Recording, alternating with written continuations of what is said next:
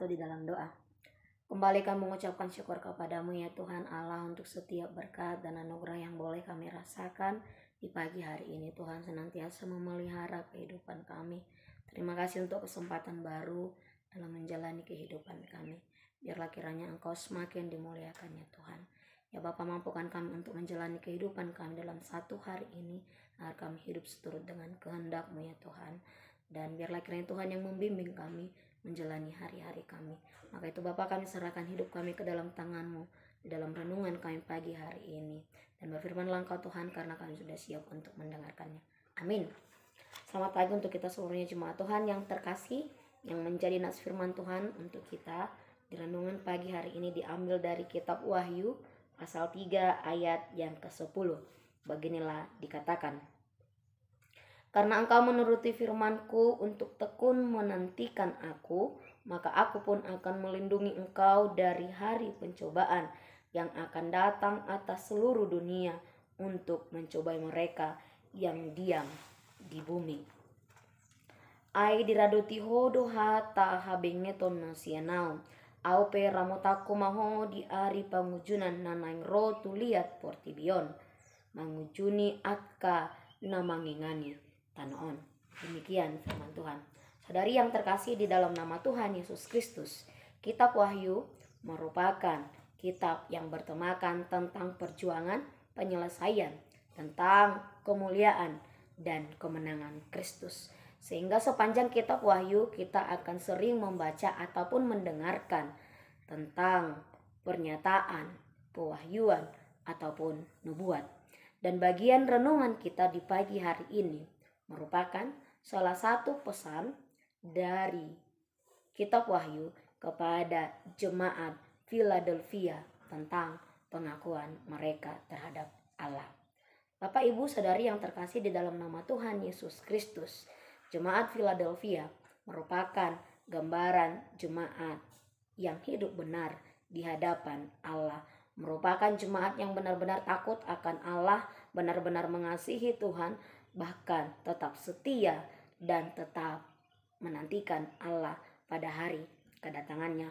Bahkan kala penderitaan, badai dan cobaan menguji kehidupan mereka, mereka tetap mampu untuk menghadapi dan menerima pencobaan tersebut dengan kebesaran hati mereka. Mereka tidak menjauhi Allah sekalipun mereka menderita.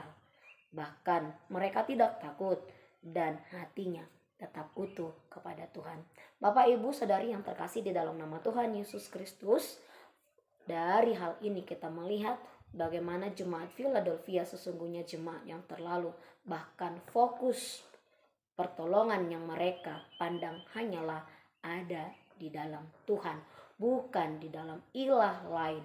Karena kesetiaan mereka tersebutlah mereka mampu merasakan dan menerima kekuatan yang Allah berikan kepada mereka. Mereka mampu menyadari penyertaan Allah dan membuat mereka teguh di dalam menghadapi penderitaan yang mereka alami. Mereka tidak menjauhi Allah, bahkan mereka tetap mengakui dan berpegang teguh akan firman Allah sekalipun penderitaan menghadang mereka. Bahkan iman mereka semakin kokoh. Bapak, Ibu, Saudari yang terkasih di dalam nama Tuhan Yesus Kristus, hal inilah yang disampaikan juga kepada kita di pagi hari ini, kepada setiap orang percaya, kepada setiap orang Kristen, bahwa di dalam setiap perjalanan kehidupan kita, tentu kita tidak pernah terlepas dari yang namanya penderitaan, tantangan, dan cobaan. Tetapi sekalipun hal itu membuat kita bergumul, kiranya kita jangan menjauhkan diri dari Allah. Jangan sampai hal itu membuat kita menjauh atau mematahkan relasi kita dengan Allah Sang Pemberi kekuatan tersebut. Bapak, Ibu, Saudari-saudari yang terkasih di dalam nama Tuhan Yesus Kristus, setiap kita pasti memiliki penderitaan. Setiap kita pasti memiliki pergumulan kita masing-masing. Bahkan hari ini ada di antara kita yang sedang bergumul. Tetapi ingatlah, Kita diajak untuk melihat jemaat Philadelphia yang nyatanya tetap kokoh, setia, dan berdiam di dalam Tuhan. Bapak Ibu yang terkasih dan kita semuanya, kita pasti pernah melihat wortel, telur, dan juga biji kopi. Jika ketiga hal itu dimasukkan ke dalam air yang mendidih dan direbus selama 15 menit, maka akan terjadi sebuah perubahan kepada ketiga benda tersebut. Wortel yang sifatnya keras akan menjadi lembut, sedangkan telur yang rapuh akan lembut. Dan biji kopi yang sifatnya keras, dia akan tetap keras sekalipun dia sudah direbus. Dari ketiga hal ini kita bisa belajar bagaimana air panas yang melambangkan penderitaan membuat perubahan pada ketiga benda tersebut.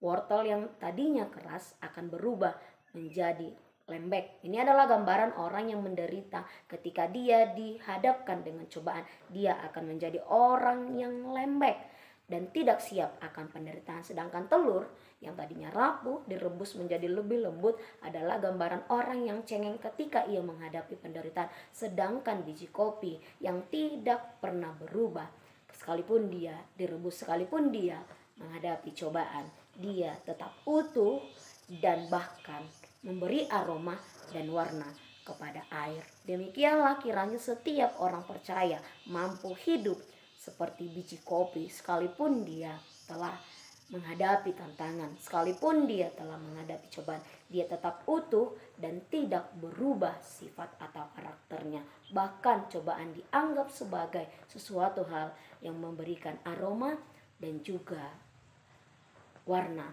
di dalam hidupnya beriman kepada Allah. Bapak Ibu sadari yang terkasih di dalam nama Tuhan Yesus Kristus, hidup kita harus tetaplah kokoh sekalipun kita menghadapi penderitaan, layaknya jemaat Philadelphia. Dan sekalipun cobaan itu pergumulan yang begitu berat, tetapi bila kita tetap utuh di dalam Allah, maka kita akan tetap mampu dan kuat.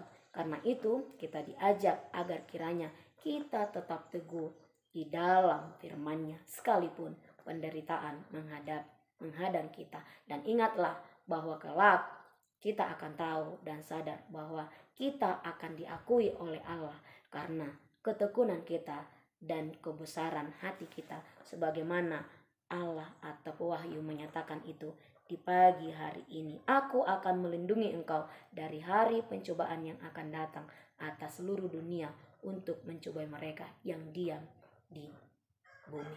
Karena kita dimampukan dan tetap kokoh di dalam Tuhan sebagai kita adalah anak-anak Allah. Maka hiduplah di dalam Tuhan dan berpegang teguhlah di dalam firman Tuhan.